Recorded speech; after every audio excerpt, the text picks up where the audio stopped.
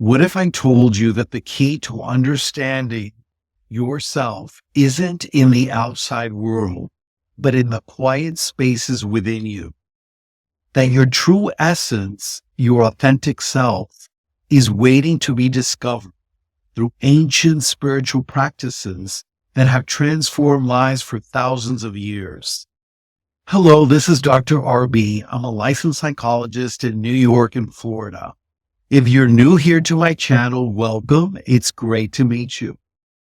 So please make sure that you subscribe and ring that bell. Today I'm sharing about the journey of spiritual awakening, along with practical techniques that have helped many uncover who they truly are beneath the noise of daily life. Your inner essence is your true nature, the unchanging core of who you are beneath the social conditioning and external pressures. So think of it as your soul's fingerprint.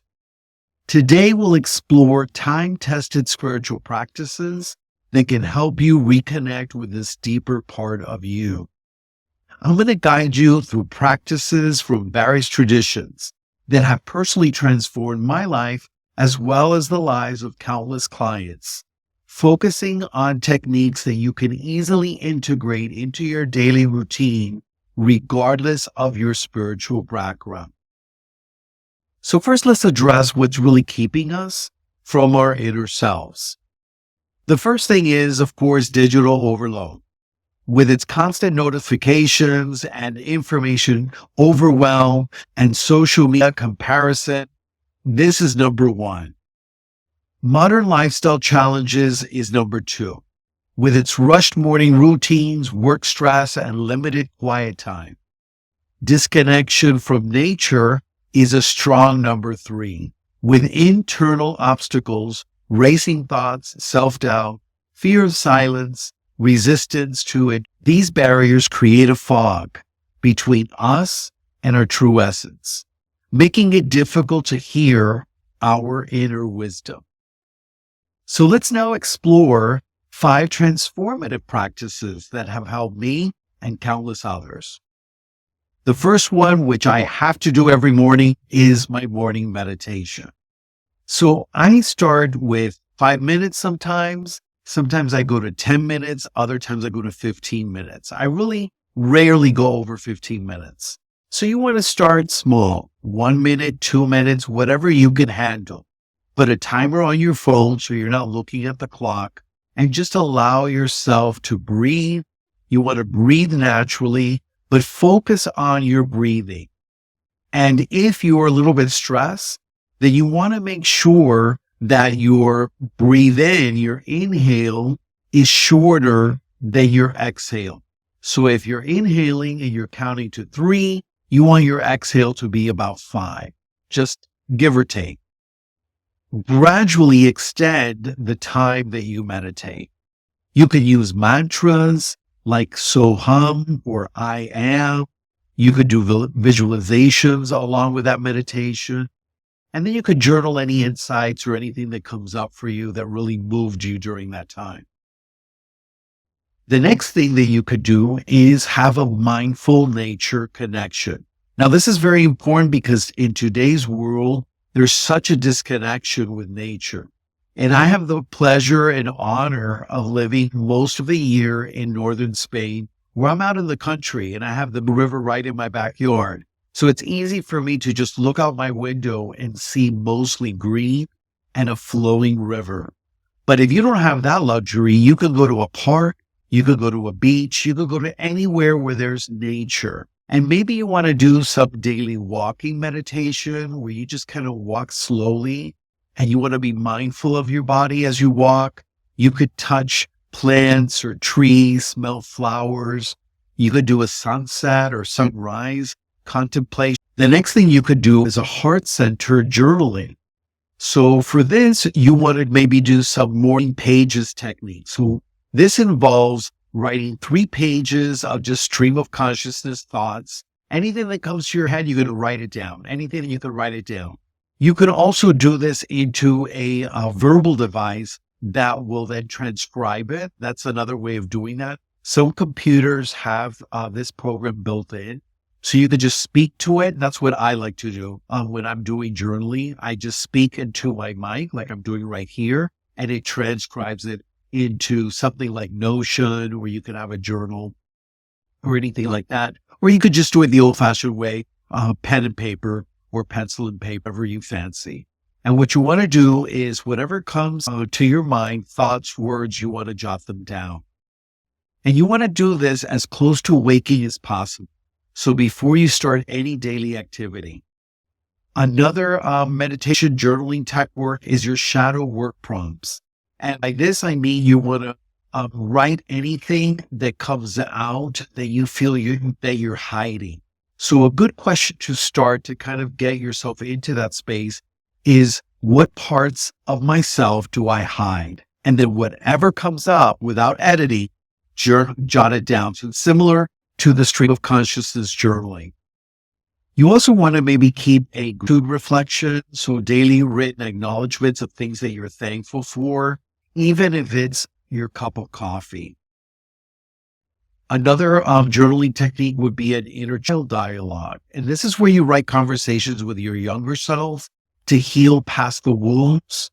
And then future self visualization, writing detailed letters to your future self, describing your evolved state. In other words, how you see yourself a year from now, 2 years from now, all of that. Now, if we leave the journaling exercises behind, another thing you could explore would be energy cleansing rituals.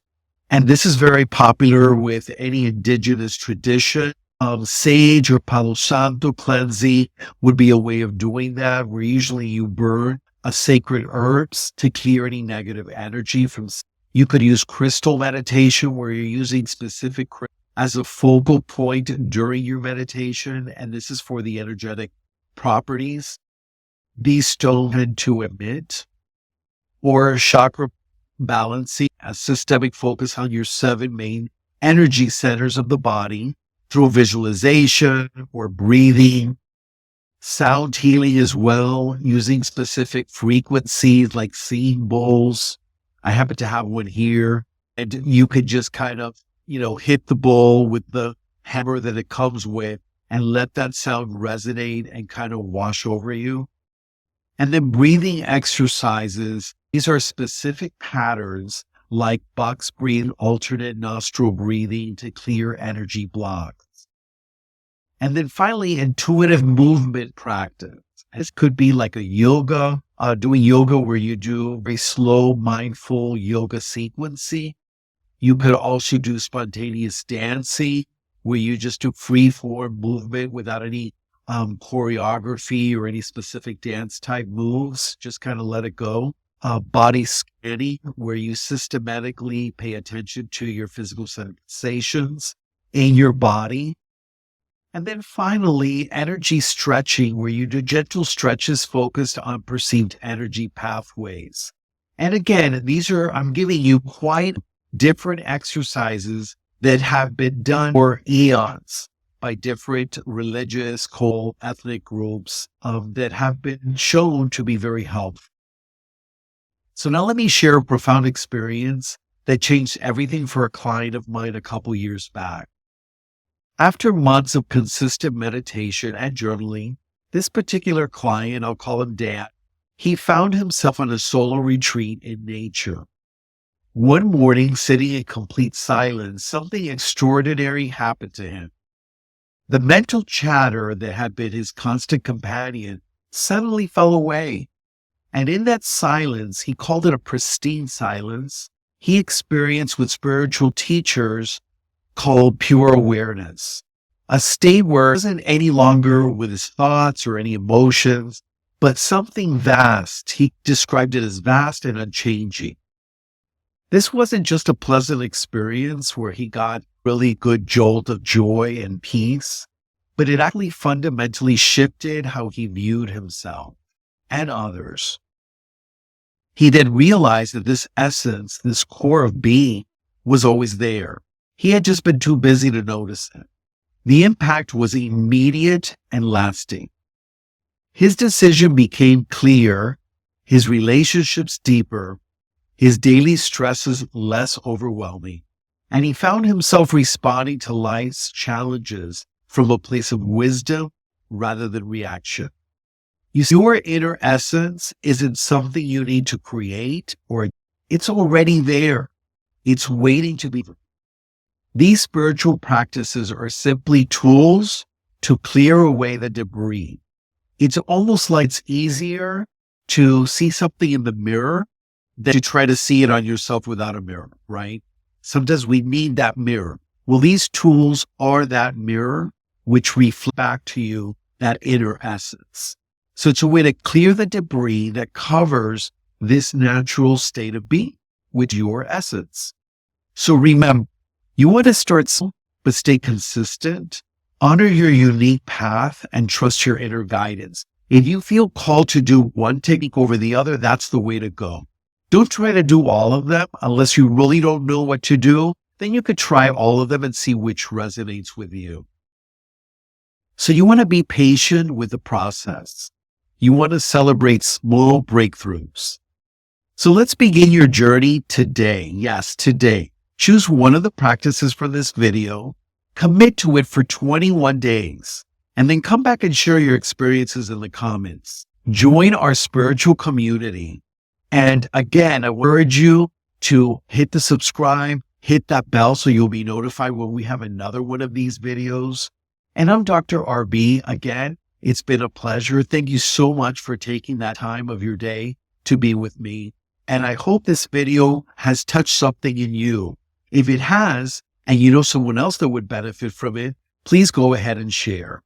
Once again, this is Dr. RB. Take care and reconnect and reunite with you.